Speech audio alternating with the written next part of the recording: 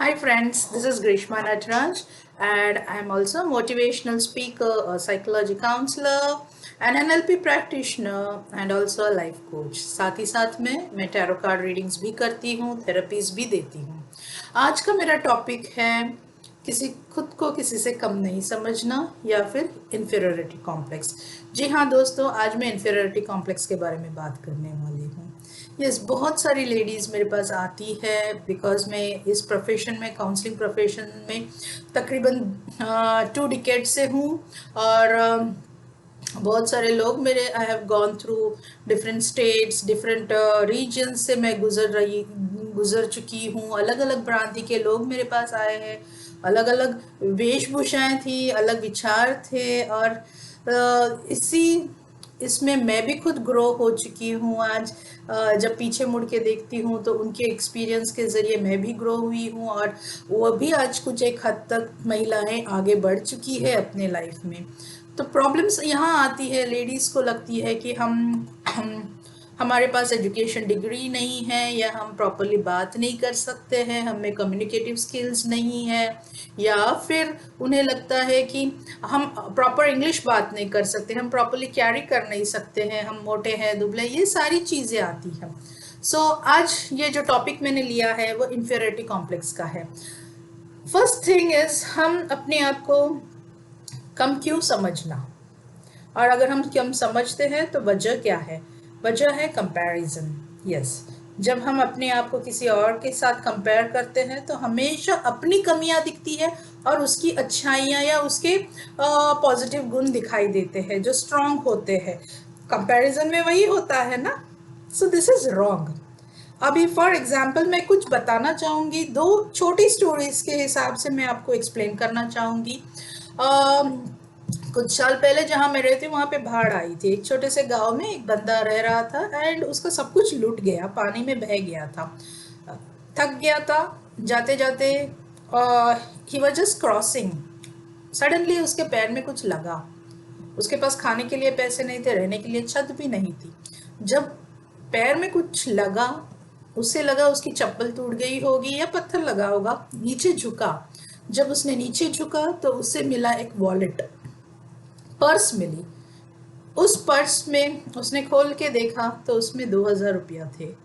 वो 2,000 रुपया कीचड़ लगे पड़े थे, पर्स पूरी गंदी भरी पड़ी थी, उसमें और कुछ नहीं था। थोड़े बहुत एक 10 रुपया या 20 रुपया के नोट थे और एक बड़ी सी नोट जिसको पूरी मिट्टी लगी हुई थी, पूरा चिखल लगा हुआ था, कीचड़ से भरी हुई थी। इस बंदे ने यहाँ वहाँ देखा, कोई दूर तक दिखाई नहीं दिया। थोड़ी देर सोचा और फिर वो 2,000 की नोट को उसने जाके साफ किया। जो बाकी के चिल्लर थे उनको उसने साफ किया, आगे बढ़ गया, क्योंकि उसे एक सहारा मिला उस 2,000 रुपया का, कि आगे चल के कम से कम वो अपने लिए 2 दिन का भूखा जो था, थोड़ा बहुत तो कुछ खाने को मिलेगा, कम से कम पानी तो मिलेगी या रहने के लिए छत मिलेगी उसके लिए। उस 2,000 का कीमत उसे पता चली। वैसे ही मेरे दोस्तों, वो 2,000 भले कीचड़ में गिरे थे, किसी की नजर में नहीं आए, पूरी तरह से गंदे हुए थे, बट उसकी वैल्यू उस बंदे को पता चली, क्योंकि वो बंदा 2 दिन से भूखा था और थक चुका था। उसने उम्मीद खो दी थी कि वो कुछ कर सकता है, क्योंकि बहुत बड़ी बाढ़ आई थी यहाँ पे 2 साल पहले और करने के लिए कुछ नहीं था। लोगों की मदद पहुंचना भी बड़ी मुश्किल हो रही थी।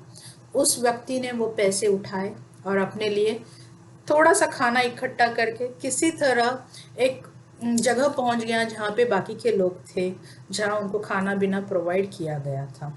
सो this is one story which I want to say. पैसे कीचड़ में गिरे हो, वॉलेट में हो, पानी में हो, उसकी वैल्यू कभी कम नहीं होती है। वैसे ही आपको अपनी वैल्यू याद रखनी है। भले ही आज आपके पास कुछ ना हो, ना आप प्रॉपरली कम्युनिकेट कर सके, भले आपके पास अच्छा ड्रेसिंग सेंस हो या ना हो, that has got nothing to do. आपको अपने ऊपर विश्वास होना चाहिए कि आप एक अलग व्यक्ति हो। भगवान ने आपको हर चीज दी है, सिर्फ समझना जरूरी है और उसको तराशना जरूरी है। इसीलिए मैं कहती हूँ कि खुद के ऊपर विश्वास होना ज़रूरी है। सामने वाले को कंपेयर मत कीजिए, उसके पास ये है, मेरे पास कुछ भी नहीं है। उससे आपको सिर्फ तकलीफ होगी, लेकिन जो आपके पास है उसको आप और मजबूत बनाइएगा। वैसे ही और एक छोटी स्टोरी मैं आपको कहना चाहूँगी। आप लोग मोस्टली ये स्टोरी के बारे में जानते होंगे क्योंकि ये बहुत कॉमनली यूज स्टोरी है। बच्चों को भी ये कहानी बहुत बार सुनाई गई है। अगर ध्यान दो तो कुत्ता और एलिफेंट, चींटी और हाथी की बहुत सारी स्टोरीज आपने सुनी होंगी। आज मैं इसको थोड़ा सा डिफरेंट कर रही हूँ, कुत्ता और हाथी की स्टोरी आपको सुनाऊंगी। एक बार ऐसा होता है, जंगल में कुत्ता और हाथी फ्रेंड्स बन जाते हैं। वक्त ऐसा आता है कि कुत्ता जाके हाथी को बोलता है कि मैं प्रेग्नेंट हूँ। हाथी भी कुतिया से यही बोलती है कि मैं प्रेग्नेंट हूँ।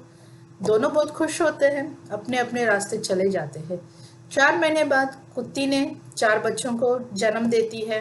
हथनी को आके बोलती है, बहन मैंने 4 बच्चों को जन्म दिया, तुम्हारा क्या हुआ?" हथनी कुछ नहीं मुंडी हिला के निकल जाती है। 6 महीने बाद फिर से कुत्ती प्रेग्नेंट होती है, फिर 8 बच्चे पैदा करती है। फिर से जाके हथनी को बोलती है कि मैंने ऐसा ऐसा हुआ है। हथनी बोलती है मेरा कुछ नहीं। 1 साल के बाद, 1.5 साल के बाद फिर से जाती है। इट इज तकरीबन उसने 2 डजन बच्चे पैदा किए हैं, लेकिन हथनी का अभी तक डिलीवरी का कहीं कुछ चांस नहीं दिख रहा है। तो कुत्ती हथनी से पूछती है, फाइनली थक हार के, जब 2 साल हो जाते हैं तो जाके थक के पूछती है, ये कौन सी बात हुई? तुमने मुझे कहा था तुम भी प्रेग्नेंट हो और तुम्हारे पेट में भी बच्चा है। 2 साल होने आए, मैंने अभी तक 2-2.5 डजन बच्चे पैदा किए और तुम्हारा अभी एक भी नहीं आया। ऐसे क्यों? तुम सच में प्रेग्नेंट हो ना? ये सवाल करके कुत्ती ने हथनी को विटंबना में डाल दिया। हथनी ने एक ही बोला। हथनी थोड़ी शांत हो गई, खामोश हो गई। फिर उसने जवाब दिया, हाँ मेरी दोस्त, मैं प्रेग्नेंट हूँ। जब मेरा बच्चा धरती पे आएगा तो धरती पे वाइब्रेशंस आएंगे। धरती को पता चलेगा कि एक हाथी के बच्चे ने जन्म लिया है, क्योंकि वो उतना भारी होगा, धरती भूमि हिल जाएगी। उसको महसूस होगा कुछ उसके ऊपर आया है। यही डिफरेंस है तुझ में और मुझ में। मुझे टाइम लगता है डिलीवरी करने के लिए, 2 साल छोटी बात नहीं है, क्योंकि मेरे अंदर एक बड़ा सा हाथी है जो मजबूत है, जिसकी बुद्धि बहुत तीक्ष्ण होती है और जो बहुत खूबसूरत है और जो लक्ष्मी का वाहन भी माना जाता है। So this is the story. हर एक चीज को लाइफ में वक्त लगता है, लेकिन जब वो होता है तो बहुत धमाकेदार होता है। सो इसलिए मेरे दोस्तों, मेरी सहेलियों, खुद को कभी कमज़ोर मत समझिएगा, खुद को कभी किसी से कंपेयर ना कीजिएगा, क्योंकि जब आप में वो इच्छा प्रबल होगी, जागृत होगी, तब 100% आप आगे जाके कुछ ना कुछ ऐसा धमाका करोगे कि किसी ने सोचा ना होगा। अगर ज़िंदगी में आपके लोगों ने आपके साथ कभी लगता है कि छूट गए या साथ नहीं निभाया, नो प्रॉब्लम। वक्त हमेशा एक जैसा नहीं होता है। सिर्फ अपने आप को, अपने ऊपर भरोसा करना चाहिए और खुद को मजबूत रखना चाहिए। कोई भी सिचुएशन आए, कोई भी परेशानियां आए, औरत है, कमज़ोर नहीं है, ये ध्यान रखिएगा। बहुत सारे लोग बोलते हैं एम्पावरमेंट, तरक्की, लेवल, इक्वालिटी। ज़रूरत नहीं है, क्योंकि औरत हमेशा सक्षम रही है और औरत का दर्जा हमेशा अलग रहा है। वो कभी किसी के बराबर नहीं, लेकिन सबसे वर्चस्व पोजीशन पे रही है और हमेशा रहेगी। उसे सिर्फ अपने अंदर की जो एक शक्ति है उसे पहचानने की ज़रूरत है, फिर वो गांव की हो, शहर की हो या वेस्टर्न कंट्रीज़ की होने दो। आई होप जो मैं मैसेज कन्वे करना चाहती थी आप लोगों तक पहुंच गया होगा। अगर अच्छा लगे तो please pass it on to other friends and see that instead of giving lectures of empowerment, motivating and all those things, आगे बढ़ के उनका हाथ थामिएगा, उनको साथ दीजिएगा, उनको मदद कीजिएगा। बोलने वाले बहुत बोलते हैं, लेकिन वक्त आए तो अपना पोजीशन दिखाते या अपना स्टेटस दिखा के पीछे हटते ना। ऐसे कभी ना कीजिए। अगर किसी भी स्त्री को ज़रूरत पड़े, एक कंधा उसे सर रखने के लिए ज़रूर दीजिए, क्योंकि उस वक्त उसको कंधे की सहारे की ज़रूरत होती है, एक आत्मविश्वास देने वाले की ज़रूरत होती है, उसको पैसे या किसी चीज़ की लालसा नहीं, बस कोई उसको समझे, कोई उसको समझ के, अपना समझ के एक दो चार प्यार के शब्द बताए, दो चार हिम्मत के शब्द बांध दे, ताकि वो अपने ज़िंदगी में आगे बढ़े। So this is it. Thank you very much. Keep watching me. Take care. Bye. See you again.